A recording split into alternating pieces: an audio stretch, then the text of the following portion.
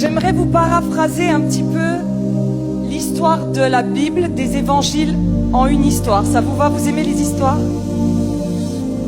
C'est l'histoire d'un roi qui est bon, profondément gentil, il a un royaume et tout le monde vit en paix dans son royaume et tout se passe très très bien.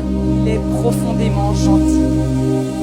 Il est riche, les gens mangent à leur faim. Et petit à petit, on va se rendre compte que quelqu'un vole dans les stocks du roi. Il y a de l'or qui disparaît, encore et encore et encore. Et le roi, parce qu'il est juste, il va mettre un décret en place et il va dire « Vous me trouvez le voleur, il faut que ça s'arrête parce que si ça continue, on ne pourra plus nourrir le royaume, il n'y aura plus rien. Et le mal que cette personne fait va affecter tout le monde. Donc il y a un jugement qui va venir. Le jugement, c'est que si vous me trouvez la personne, et une fois qu'on l'a trouvée, elle a 40 coups de fouet et elle est mise à mort. Et un jour, on va trouver le voleur, et c'est pas un voleur, c'est une voleuse.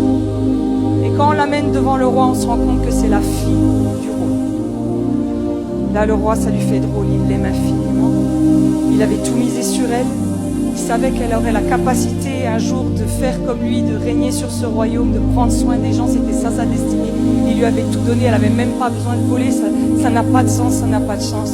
Mais comme il est juste et qu'il ne peut pas faire de favoritisme, vous êtes avec moi que si un juge faisait du favoritisme à son fils parce que son fils abuse, ce ne serait pas normal, oui. Même les enfants des juges doivent être jugés s'ils font le mal. Et donc cette fille va devoir avoir la sentence par justice.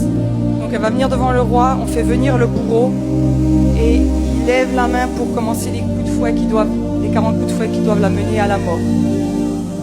Et à ce moment-là, le roi va courir de son trône, se jeter, couvrir sa fille comme ça et dire « Frappe-moi, je prends les coups pour elle, mais comme elle est en moi, la justice sera faite parce qu'elle est avec moi. » Et il va prendre les 40 coups et il va mourir et sa fille va rester en vie. Justice est faite et elle a l'héritage de son père. Ça, c'est l'histoire de la Bible, de Jésus qui a donné sa vie alors que tu avais mal fait.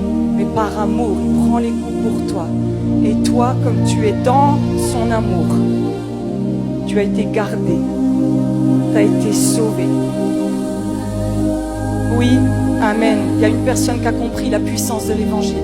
Une fois, vous savez, il y a un musulman une fois qui m'a dit « Johanna, c'est trop facile votre christianisme.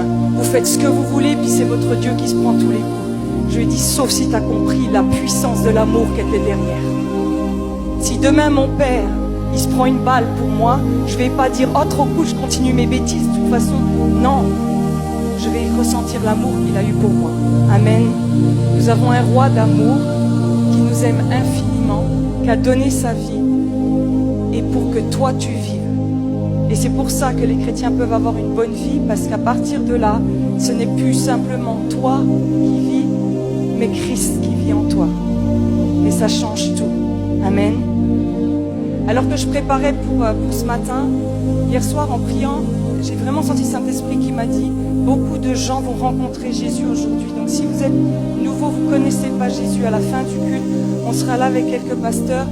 Venez, on peut prier avec vous. Vous pouvez rencontrer Jésus personnellement. Il vous aime. Jésus n'est pas une religion. Il n'est pas simplement resté crucifié. Il est ressuscité. Il est réel. Il peut combler ta vie, briser tes chaînes. Ce n'est pas qu'une croyance, c'est une réalité. C'est une réalité. Il est vivant. Amen. Donc les gens qui vont se faire baptiser, ils vont juste vous en témoigner. Mais vous pouvez le vivre aussi. Et je vous demande pardon qu'en France, on vous ait fait croire que le christianisme, c'était des rites, c'était une culture. Non, le christianisme, c'est le Christ, c'est une personne qui aime ses créatures et qui peut vraiment avoir une relation avec toi. Mais est-ce que vous êtes d'accord avec moi que dans une relation, vous deux personnes? Donc il faut que toi, tu dises oui aussi. Amen. Jésus va jamais forcer la porte plus, mais il va toquer. Dis à ton voisin toc toc.